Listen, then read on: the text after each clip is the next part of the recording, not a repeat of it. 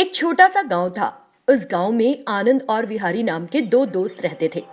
एक दिन दोनों एक पेड़ के नीचे बैठकर एक दूसरे से बातें कर रहे थे कि अचानक उस पेड़ पर से एक टोपी नीचे गिर पड़ी। उसे देखकर आनंद ने कहा, दूर हट, दुश्मन हम पर बम फेंक रहे हैं। विहारी जोर से हंसा और बोला, हाँ हाँ, तू है सीएम और मैं हूँ देश का पीएम, तभी कुछ लोग हम पर हमला कर रहे हैं। चुप कर यार, सुबह सुबह ऐसे जोक्स ना मारा कर। ये कहते हुए विहारी ने उस टोपी को उठाया। इसमें ऐसा क्या है जो तू इतने गौर से देख रहा है? इस टोपी में सोना है, तुझे चाहिए? इस तरह विहारी ने मजाक किया। क्या सच में इसमें सोना है? चल चल दे मुझे टोपी। और आनंद ने फौरन वो टोपी हाथ में ली और उसके अंदर देखा। क्यों बे, तूने मुझे कहा कि इस टोपी में सोना है, कहाँ है सोना? ये कहते हुए वो उस टोपी को आगे पीछे करने लगा। तभी उस टोपी से सोने के सिक्के नीचे गिरे। ए आनंद, मैंने तुझे एक इंसान समझकर दोस्ती की थी, लेकिन तू शैतान निकला। अब मुझे समझ आया कि तू तो एक जादूगर है। अरे मैं ना तो शैतान हूँ और ना एक जादूगर। लगता है ये एक जादुई टोपी है, इसीलिए हमारे मांगने पर इसमें से सोना निकला। चल एक बार फिर कोशिश करते हैं। ऐसा कहते हुए उसने उस टोपी को फिर से आगे पीछे किया और बोला, मुझे कुछ और सोने के सिक्के चाहिए। तुरंत और सोने के सिक्के बाहर आ गए। ये देखकर दोनों दोस्त हैरान रह गए। अरे ये तो सच में एक जादुई टोपी है। हम कितने खुशकिस्मत हैं यार, आज के बाद इस टोपी से जब चाहे सोना और पैसा निकाल सकते हैं और खुश रह सकते हैं। हाँ बे, तूने जो कहा वो सच है, हम दोनों खुश रह सकते हैं। पहले उन सोने के सिक्कों को ले ले। विहारी ने हामी भरी और उन सोने के सिक्कों को इकट्ठा करना शुरू कर दिया। इस बीच आनंद जादुई टोपी को लेकर वहाँ से भाग गया। ये होते देख, अरे आनंद, तू कहाँ जा रहा है यार? विहारी आनंद के पीछे दौड़ने लगा, लेकिन आनंद उसकी सुने बिना लगातार दौड़ता रहा। दौड़ते दौड़ते जब थक गया तो एक जगह रुक गया। विहारी भी वहाँ आ गया और बोला, अरे दौड़ क्यों लगा दी तूने? तू जादुई टोपी से निकलने वाले सारे सोने के सिक्के लेना चाहता था क्या? हाँ, मैं सब कुछ लेना चाहता हूँ, इसलिए क्योंकि मैंने तुझे बताया कि ये एक जादुई टोपी है। समझा? बताया कि नहीं? तू ही बोल। इस पर हक है मेरा। ओ ऐसा, टोपी को देखा तो मैंने था पहले, फिर तो ये टोपी मेरी हुई। ऐसा कहते हुए विहारी ने आनंद से वो जादुई टोपी छीन ली। मुझे चाहिए टोपी। ये कहते हुए आनंद ने फिर से टोपी छीन ली। इस तरह दोनों दोस्त एक दूसरे से टोपी छीनने लगे। इस छीनम छानी में वो टोपी दो टुकड़े हो गई। आधा हिस्सा आनंद के हाथ में चला गया और बाकी आधा हिस्सा विहारी के हाथों में। ये देखकर आनंद बोला, अब ठीक है, अब हम दोनों के पास टोपी बराबर है। अब तुम अपना सोना लेना और मैं अपना सोना लूंगा। फिर आनंद ने अपनी आधी टोपी को सीधा किया और बोला, मुझे सोना चाहिए। लेकिन उस आधी टोपी से कोई सोना बाहर नहीं आया। ये देखकर विहारी जोर से हंसा और बोला, लगता है बस मुझे ही मिलेगा। ऐसा कहते हुए विहारी ने अपनी टोपी को सीधा किया। मुझे सोना चाहिए। लेकिन आधी टोपी से उसे भी कुछ नहीं मिला।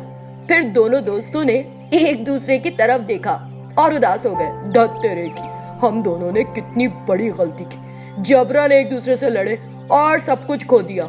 अब ये जादुई टोपी काम ही नहीं कर रही है। काश कि हमने इसे एक ही रहने दिया होता। बात तो तू सही कह रहा है यार। फिर दोनों ने अपने अपने हाथ की आधी आधी टोपी को फेंक दिया और वहाँ से चले गए। उनके जाते ही वो जादुई टोपी जुड़कर अपने असल रूप में आ गई। लालची हो जाने से दोनों दोस्तों ने इतना अच्छा मौका गवा दिया था।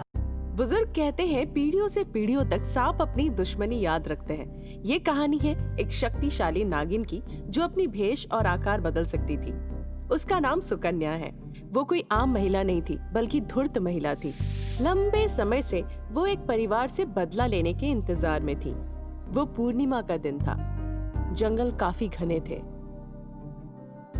संदीप और उसकी पत्नी बीच रात कार से जंगल के रास्ते से जा रहे थे। अचानक कुछ गड़बड़ी की वजह से उनकी गाड़ी रुक गई। वो गाड़ी से उतर आए। ये देखकर सुकन्या सोची, संदीप, मैंने तुम्हारे लिए बहुत सालों से इंतजार किया है। तुम कहाँ थे इतने दिनों से? फिर वो सांप में बदल गई और उसे डस ली। उसी वक्त संदीप जोरों से चिल्लाया और गिर गया। जब उसकी पत्नी सुमित्रा डर गई, सुकन्या फिर एक महिला बन गई और उसके पास आई। क्या हुआ? किसी सांप ने इसे काट लिया क्या? क्या? सांप! अब मैं क्या करूं? मेरी सहायता करो। तुम चिंता मत करो, मुझे आयुर्वेदा पता है, सब ठीक हो जाएगा। ये कहकर वो कुछ पत्ते लाई और घाव पे लगा दिया। कुछ देर बाद उसे होश आया और स्वाभाविक हो गया। धन्यवाद मैडम, पर आप इतनी रात को यहाँ क्यों आए हैं? क्या करेंगे यहाँ? मेरा कोई नहीं है, मैं अनाथ हूँ, मैं जंगल में ही रहती हूँ। ओ अच्छा, चिंता मत करो, ये लो, इसमें हमारा पता लिखा है। तुम्हें जब भी जरूरत हो हमारे पास आ जाना। ये कहकर वो कार वहाँ छोड़ के पैदल चले गए। फिर सुकन्या ने सोचा, मैं आऊंगी, मैं जरूर आऊंगी। मैंने अपने विष से नहीं मार के उसकी जान बचाई। क्यों? क्योंकि उसे एक बार में मारना नहीं है, मैं उसे तड़पा तड़पा के मारूंगी। दूसरे दिन सुकन्या सुमित्रा के घर गई, एक आम औरत के भेष में। सुमित्रा सुकन्या को देखकर बहुत खुश हुई। आओ आओ, मुझे बहुत खुशी हुई तुम्हें यहाँ देखकर। अंकल कैसे हैं? ठीक है, वो दूसरे कमरे में आराम कर रहे हैं। मैं जाके एक बार मिल के आती हूँ फिर। ये कहकर वो उनसे मिलने गए। वो सो रहे थे उस वक्त। फिर सुकन्या चारों ओर देखी और संदीप के पास गई। क्योंकि वहाँ कोई नहीं था, सुकन्या सांप में बदल गई और बोली, बड़े निश्चिंत होके सो रहे हो, आज के बाद से तुम्हारी नींद छीन लूंगी। इस बीच संदीप जग गया और उसने सांप को देखा। सांप, सांप, बचाओ! सांप वहाँ से निकल के चला गया। फिर सुमित्रा वहाँ आई और फिर पूछी, क्या हुआ जी? बोलो क्या हुआ? वो सांप यहीं पे था, मुझे डसने के लिए आया था। कोई सांप नहीं है, डरो नहीं। वो लड़की जिसने हमें कल बचाया था, आपको देखने आई है यहाँ। वो तुम्हारे कमरे में भी आई थी, पर गई कहाँ? इस बीच सुकन्या बाहर से आई। उसे देखकर सुमित्रा चौंक गई। क्यों सुमित्रा चौंक गई? क्यों सुकन्या संदीप को मारना चाहती है? जानेंगे अगले एपिसोड। विशालपुर नाम का एक गांव था। एक बार एक जादूगर महेश एक भैंस ले आया उस गांव में। वो उन गांव वालों के सामने उसे खड़ा करके कुछ जादू कर रहा था। जब वो एक सामान दिया उस भैंस को, वो उसे दुगना कर दिया। इस बीच गांव के मुखिया प्रवीण वहां आए। फिर महेश ने मुखिया जी से कहा, श्रीमान, आप ये देख रहे हैं ना, इस भैंस का नाम भीम है। ये कोई आम भैंस नहीं बल्कि जादुई भैंस है जो चमत्कारी कर सकता है। अगर आप परखना चाहते हैं तो अपनी घड़ी मुझे दीजिए। ये कहकर वो घड़ी ले लिया और भैंस के सामने रख दिया।